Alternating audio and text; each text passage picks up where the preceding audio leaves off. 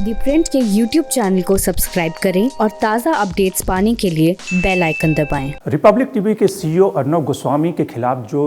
Mumbai police ने जो chargesheet दाखिल की है उसके कुछ और अंश बाहर आए हैं। चूँकि ये 3600 पेजेस की चार्जशीट है तो इसलिए जो उनके पहले व्हाट्सएप चैट थे पार्थो दासगुप्ता के साथ वो उसके ढेर सारे हिस्से जो थे वो पहले ही लीक हो चुके हैं, चार्जशीट के जरिए बाहर आ चुके हैं। लेकिन चूँकि 3600 पेज की चार्जशीट है तो उसके ढेर सारे अंश अभी भी नहीं आए हैं, तो उसमें से कुछ अंश बाहर आए हैं जिससे कि ये साफ तौर से जाहिर होता है कि किस तरह से अर्नब गोस्वामी ने पार्थो को टीआरपी मैनेज करने के लिए घूस खिलाया, यानी कि एक तरह से करप्शन का सीधा सीधा आरोप अर्नब गोस्वामी के ऊपर है। जो हिस्से सामने आए हैं उसमें से ये कहा गया है कि अर्नब गोस्वामी ने पार्थो दासगुप्ता को करीब $12,000 विदेश यात्रा करने के लिए, फॉरेन ट्रिप के लिए, और 40 लाख रुपए उन्हें घूस के तौर पे दिया टीआरपी को मैनेज करने के लिए। हालांकि जो पार्थो दासगुप्ता के वकील हैं उन्होंने इसका खंडन किया है और उन्होंने कहा है कि ये पुलिस के दबाव में ये एक तरह से चार्जशीट लिखवाई गई है। लेकिन जो मुंबई पुलिस की जो चार्जशीट है 3600 पेज की, जिसमें कि ये सारे वर्णन हैं, सारे विवरण हैं, वो कहीं ना कहीं इस पूरे टीआरपी सिस्टम की किस तरह से ये मैनेज की जाती है, किस तरह से अर्नब गोस्वामी और सरकार के बीच की जो एक कोजी रिलेशनशिप सामने आई है, और कहीं ना कहीं ये सरकार के लिए एक बड़ी एम्बैरेसमेंट साबित हो रही है। क्योंकि कुछ दिनों में, आने वाले दिनों में संसद का बजट सत्र शुरू हो रहा है, जहां पे कांग्रेस और विपक्षी दल इस मुद्दे को जोर शोर से उठाएंगे। पहले ही वो जेपीसी की डिमांड कर चुके हैं, जुडिशियल इंक्वायरी की डिमांड कर चुके हैं। तो सरकार की जो एम्बैरेसमेंट है, सरकार की जो मुश्किलें हैं, आने वाले दिनों में और बढ़ने वाली है। तो प्योर पॉलिटिक्स में बात अर्नब गोस्वामी की। तो जो सप्लीमेंट्री जो चार्जशीट है, जो कि इसमें 2 चार्जशीट दाखिल हुई है। पहली जो चार्जशीट थी वो नवंबर में दाखिल की थी मुंबई पुलिस ने, और जो दूसरी चार्जशीट है वो जो दाखिल की गई है 11 तारीख को, वो 3600 पेजेस की चार्जशीट है, जिसमें कि ढेर सारे लोगों के आई विटनेसेस के और ढेर सारे ऐसे जो लोग हैं उनके बयान रिकॉर्ड किए गए हैं। 59 लोग हैं जिनके बयान रिकॉर्ड किए गए हैं। इसके साथ में एक फॉरेंसिक ऑडिट भी है बाकी जो उस चार्जशीट में शामिल किया गया है, जिसमें मुंबई पुलिस का दावा है कि इस चार्जशीट में खास तौर से पार्थो दासगुप्ता ने कबूल किया पुलिस के सामने, जो कि दिसंबर के महीने में उनका स्टेटमेंट लिया गया 27 दिसंबर को। उस स्टेटमेंट में उन्होंने ये कबूल किया है कि अर्नब गोस्वामी को वो बहुत पहले से जानते थे, क्योंकि टाइम्स नाउ में दोनों इकट्ठा काम करते थे और 2004 से दोनों की दोस्ती थी। जब अर्नब गोस्वामी ने रिपब्लिक टीवी लॉन्च किया तो उसके पहले अर्नब गोस्वामी और उनकी पार्थो दासगुप्ता की कई सारी मुलाकातें हुई, और उन मुलाकातों में ये डिस्कस हुआ कि किस तरह से टीआरपी सिस्टम काम करता है और कैसे वो जब चैनल लॉन्च करेंगे तो उनके चैनल के टीआरपी को बढ़ाने में उनका योगदान चाहिए। और जब अर्नब गोस्वामी ने रिपब्लिक टीवी लॉन्च किया उसके बाद से वो पार्थो दासगुप्ता को एक तरह से उनके जो ढेर सारे चैट के हिस्से हैं वो जो पहले ही पब्लिक डोमेन में आ चुके हैं, उससे आप एक तरह से साफ तौर से जानते होंगे कि दोनों के बीच में कितनी दोस्ती थी, कितनी कोजी रिलेशनशिप थी, और किस तरह से टीआरपी सिस्टम को मैनेज किया गया, किस तरह से टाइम्स नाउ की टीआरपी को कम दिखाया गया, किस तरह से इंडिया टुडे की टीआरपी को मैनेज किया गया, और किस तरह से रिपब्लिक टीवी को लगातार नंबर 1 दिखाया गया।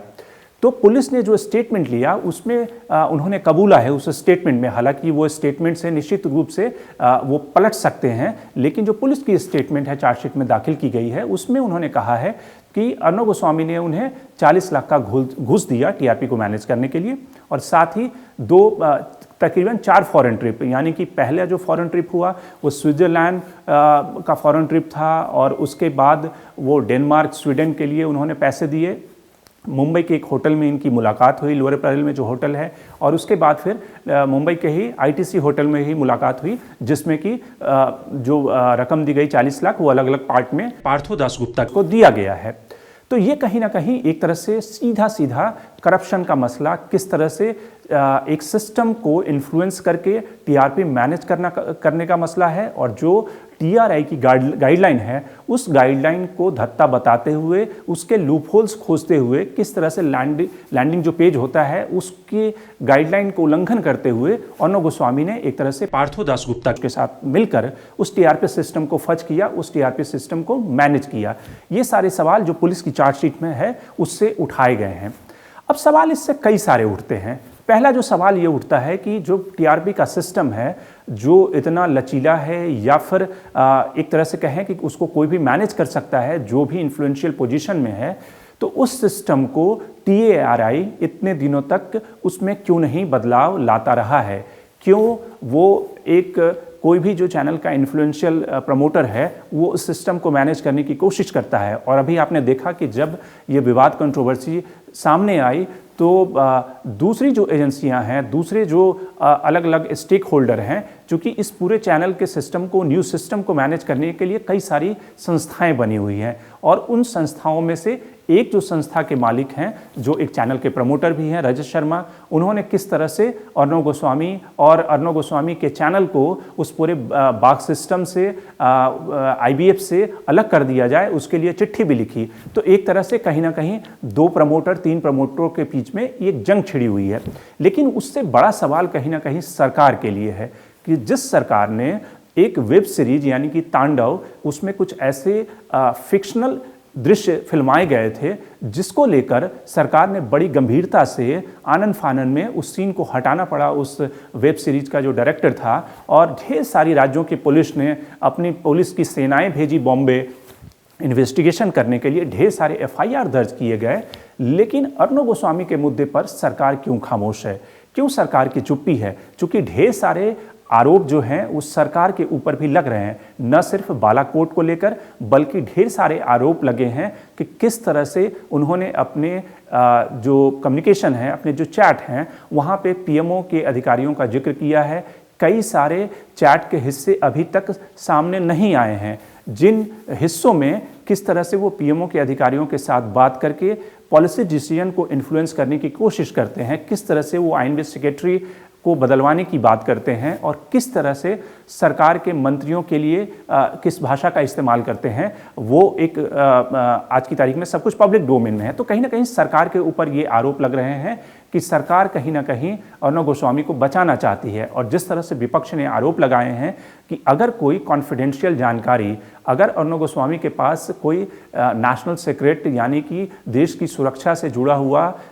की कोई जानकारी थी, तो पहला तो उन्हें जानकारी मिली कैसे, और अगर उनके पास जानकारी थी तो वो तीसरे पार्टी को, एक न्यूज ऑर्गेनाइजेशन के मालिक होने के नाते वो कई सारे व्यक्तियों को उन्होंने लीक किया, तो कहीं ना कहीं ऑफिशियल सीक्रेट को लीक करने का मसला भी बनता है और जिसके लिए अर्णव गोस्वामी की इन्वेस्टिगेशन होनी चाहिए। और उससे ज़्यादा बड़े सवाल जो विपक्ष ने उठाए हैं कि जब पार्थो दासगुप्ता को अरेस्ट किया गया है तो अर्णव गोस्वामी क्यों बाहर हैं, उन्हें क्यों नहीं अरेस्ट किया जाता? क्योंकि जिस तरह के सनसनीखेज आरोप लग रहे हैं अर्णव गोस्वामी पर, जिस तरह के करप्शन और जिस तरह के एक क्विट प्रो का मसला उनके ऊपर लग रहा है, उससे कहीं ना कहीं ये सवाल सामने आ रहा है कि आने वाले दिनों में जब संसद का सत्र शुरू होगा, बजट सत्र, तो उसमें सरकार को इन सब आरोपों को झेलना होगा और सरकार के जो फ्लोर मैनेजर हैं उनके लिए काफ़ी मुश्किल होगा इस मसले को डिफेंड करना कि किस तरह से अर्णव गोस्वामी के साथ में सरकार की जो कोजी रिलेशनशिप थी उसको वो किस तरह से डिफेंड करते हैं। तो ये सारे सवाल सरकार को आने वाले दिनों में उसका जवाब देना होगा। Shankar Animesh, the print. लेकिन आप हमारे YouTube चैनल को सब्सक्राइब करना ना भूलें और साथ ही अपने कमेंट, अपने रिएक्शन हमें लगातार भेजते रहें।